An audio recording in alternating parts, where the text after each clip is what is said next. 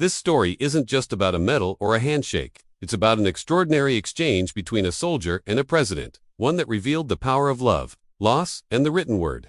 When Sergeant Cole Ramirez stood on the White House lawn to receive the nation's highest honor, no one knew he had brought with him a gift far more priceless than any medal. The east lawn of the White House shimmered under a crisp blue sky. A gentle breeze rustled the flags, and the air was charged with a rare blend of solemnity and pride. Families of veterans stood side by side with active-duty soldiers, dignitaries, and members of the press, all gathered for a very special occasion. It wasn't just another White House event. It was a day set aside to honor the kind of bravery most of us can only imagine. At the center of the lawn stood President Donald Trump, his posture upright, his expression reflecting the weight of the moment. Before him was a man who had risked everything for his fellow soldiers, Sergeant Cole Ramirez, a 29-year-old U.S. Army medic whose actions had saved 12 lives in the chaos of battle in Syria. Trump began his remarks, his voice carrying across the lawn and through the cameras to millions watching at home. He spoke of Cole's courage under enemy fire, of his unshakable will to protect his comrades even at the risk of his own life. "This," Trump said, holding the Medal of Honor in his hands, "is the kind of bravery America will never forget." Cameras clicked rapidly as the medal's ribbon was draped gently around Cole's neck. It gleamed in the afternoon light, a physical symbol of sacrifice and valor. Cole stood tall, shoulders squared, the embodiment of military discipline. Yet in his eyes, there was something else, a softness, a quiet depth, as if another story was hidden there, waiting for the right moment to be told. The applause swelled and then began to fade. As Trump extended his hand to congratulate him, Cole hesitated for just a fraction of a second. Instead of immediately returning the handshake, he reached into the breast pocket of his uniform and withdrew a small, well-worn notebook. Its corners were frayed, the cover softened by years of use. "I know this moment is about the medal, sir," Cole said respectfully, "but I brought something for you, too. Something that kept me going in the darkest times." The chatter of the crowd dimmed instantly. Trump, slightly intrigued, accepted the notebook and glanced at it. "What is this?" he asked. Cole's lips curved into a faint, almost bittersweet smile. "It's not mine, Mr. President. It belonged to someone else, and I think it's something you need to read." In that instant, the atmosphere shifted. What had been purely a patriotic ceremony suddenly felt deeply personal. The cameras kept rolling, but no one knew yet how this small object would ripple far beyond the White House lawn. Back inside the Oval Office later that day, the medal ceremony was already becoming a memory. The notebook, however, remained, sitting on the president's desk, small and unassuming among the piles of official papers. Trump had received hundreds of gifts in his lifetime, plaques, flags, commemorative coins, but this felt different. There was a weight to it, not in grams, but in meaning. He opened the cover and read the neat handwriting on the first page. "This belongs to Elena Marie Ramirez. If found, please return to my son, Cole." The name struck him immediately. Cole had never mentioned that this belonged to his mother. Flipping through the pages, Trump discovered dozens of handwritten entries, each dated, each titled "To my son when you're older." They were letters from Elena to her boy, written throughout his childhood, long before Cole had grown into the man who now wore the Medal of Honor. Trump soon learned that Elena had passed away in 2005.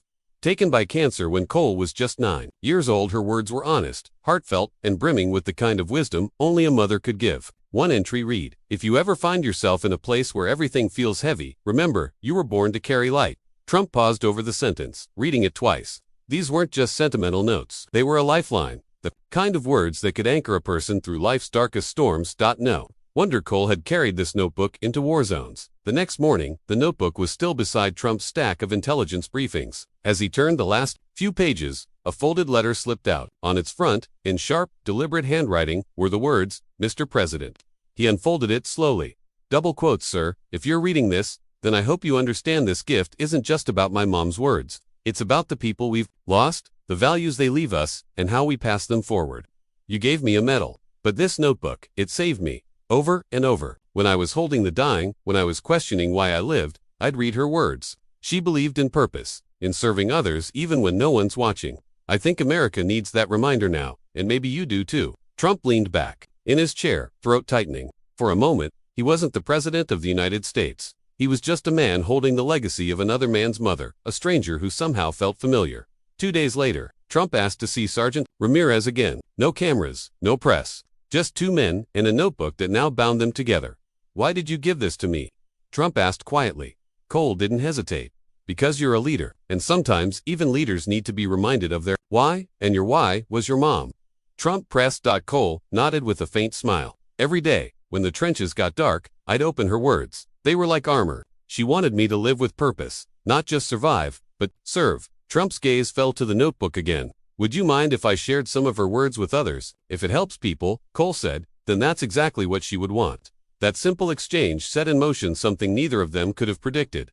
Later that week, during a press briefing, Trump surprised the nation. To tell you about a woman named Alina Ramirez, he began. She's no longer with us, but her words live on. Her son, Sergeant Cole Ramirez, gave me something I'll never forget, a notebook filled with messages of courage, kindness, and grit. And today, we're starting a project in her honor. He announced Letters of Light, a nationwide campaign inviting Americans to write letters of wisdom and encouragement, which would be collected and shared with soldiers, nurses, and first responders. Within days, letters poured in from schools, nursing homes, and even prisons. Cole watched from home, stunned. His mother's words were reaching farther than he'd ever imagined. Not everyone believed the story. Some media outlets dismissed it as a PR stunt. Others questioned whether Alina Ramirez had ever existed. But Cole wasn't shaken. He posted a video holding the original notebook, reading aloud one of his mother's lines. You may grow into a man who earns medals, but never forget, the world needs hearts more than it needs heroes. The video exploded online. 20 million views in 48 hours. The hashtag hearts before heroes trended across the country. The story was no longer about politics. It had become something far more universal.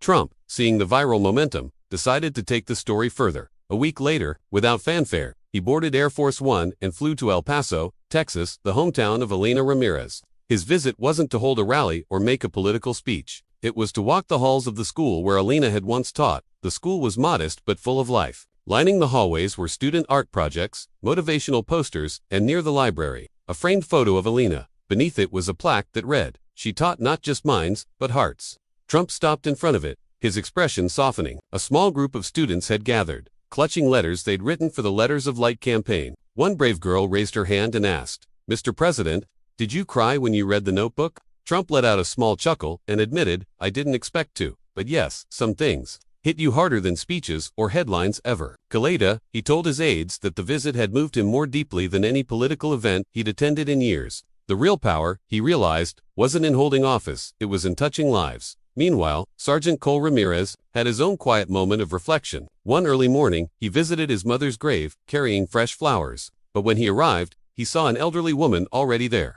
gently placing her own bouquet. She turned toward him and said softly, "I used to teach with Alina. Every day during lunch, she would write in that little notebook. We never knew what it was, but she told me once she was writing for her son's future." Cole's eyes grew misty. "She did," he replied. "And now, it's helping others, too." The woman smiled warmly. "She'd be proud. Not just because you saved lives, but because you gave something away, even when you didn't have to." Cole had never thought of it quite like that, but she was right. Sharing his mother's words had been an act of giving, one that cost him something, yet meant everything.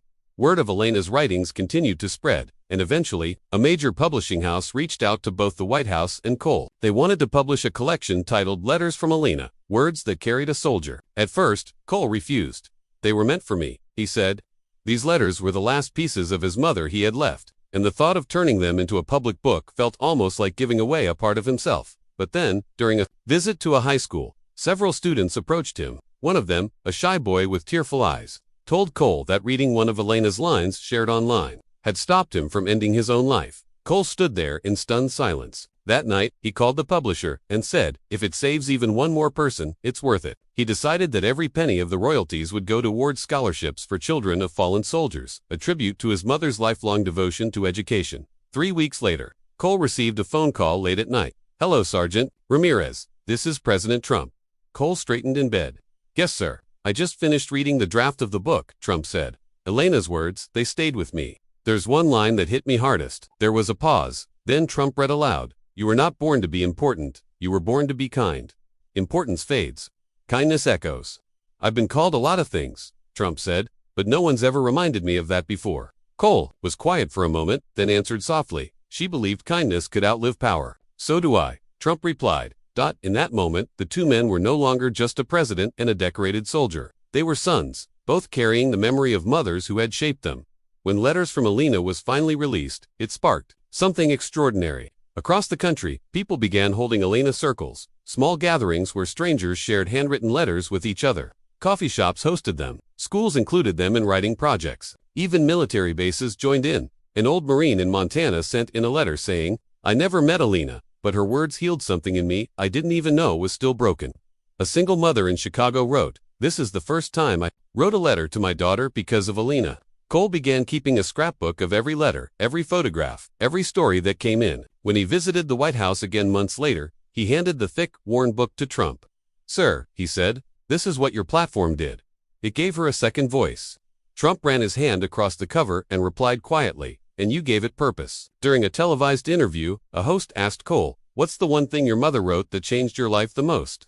Cole pulled a small folded slip of paper from his wallet, worn from years of unfolding and refolding. He read, aloud, "When the world gets dark, don't wait for the light. Be the light." He paused, his voice catching. I carried that line into every mission. It kept me alive after losing friends in Syria. It reminded me that I could still be the light for someone else. The studio fell silent. Some audience members wiped away tears. In that moment, it was clear. This was no longer just a story about a medal or even a notebook. It was about choosing light, even when surrounded by darkness. Weeks later, during a press event, a young veteran asked Trump, "Has anything during your presidency changed you as a man?" Trump paused for longer than expected. Then he said, "Yes. A soldier gave me a medal-worthy moment, not by fighting, but by giving me his mother's words. Most of my life, I chased victory. But those pages, they taught me about legacy. Real legacy. The kind built with love, not just leadership." The room was quiet. It wasn't a rehearsed line. It was truth. While helping prepare the final manuscript for the book, Cole discovered something remarkable, a hidden page in the very back of the notebook, written in faint ink, "To whoever finds this after I'm gone. If you are holding this, it means my son lived, and I pray he gave away more than he kept. If you are not my son, then maybe you needed these words, too, and maybe you are why I wrote them." Cole froze. This letter wasn't just for him. Somehow, it felt like it had always been meant for the president, too. Shortly after, Cole was invited back to the White House. This time, there were no speeches, no cameras, just a velvet box placed on the resolute desk. Inside was not another medal, but a key. Trump explained, "We're naming a new scholarship fund in your mother's name. And this key, it's for the first school library we're building under her legacy, the Alina Ramirez Memorial Library." Cole's voice broke. "I thought I'd lost her forever." "You brought her back," Trump replied. At a later book signing, frail veteran approached Cole, holding a sealed envelope. "I read her book," the man said, "and it helped me forgive someone I hadn't forgiven in 40 years. Inside was a letter addressed to his estranged son, words he'd never been brave enough to write until now. Cole's hands trembled as he accepted it. Elena's words had moved a man scarred by war to make peace. That night, Trump called again. "They're not just letters," he said, "they're medicine." Cole agreed. Both men knew they were part of something much bigger than themselves. Months later, Cole visited the newly opened Alina Ramirez Memorial Library. The building smelled of fresh paint and new books. In the front display case sat the very first copy of letters from Alina. On the inside cover was a handwritten note in fresh ink. "For every child who reads this, be brave, be kind, and write your own letter. One day." Alina, a nearby teacher, explained, "We write that in every copy, so no one ever forgets her voice." Cole closed the book gently. His mother had become what she always wanted to be, a voice for more than just one child. By the one-year anniversary of the medal ceremony, letters from Alina had sold over 5 million copies. Schools taught it. Mental health centers gave it to patients. A general called it required reading for the soul. Trump, visiting a children's hospital, saw a young girl reading the book aloud to her little brother. "Where did you get that?" he asked. "My teacher," she said with a smile. "She said it's how to be strong when you're scared." Trump sat down beside her and listened. Her small voice carried words that had once left him speechless. And in that moment, he understood exactly why it all mattered. On Veterans Day, during a televised tribute, Trump invited Sergeant Cole Ramirez on stage once more. This time, Cole tried to hand back his Medal of Honor. "I don't deserve it," Cole said. "Yes, you do," Trump replied. "But not for saving lives in war. For showing us what real courage looks like in quiet moments. In passed down pages, in choosing to share something so sacred." Cole turned to the crowd. "This medal isn't mine alone. It belongs to a woman who never wore a uniform, but fought every day to raise someone who would." From the crowd, a voice called out, "Thank you, Alina." Cole's eyes filled with tears, because in the end, the real medal had already been given, in the form of a mother's words, a legacy that now lived in millions of hearts, and a story that had quietly changed a nation. From this story, we're reminded that true courage isn't just found on the battlefield. It's in the quiet moments, the words we pass on, and the kindness we choose to share. A mother's love can outlive her, touching hearts she never met and inspiring change she never saw. What would you have done if you were in Sergeant Ramirez's place? Tell us in the comments.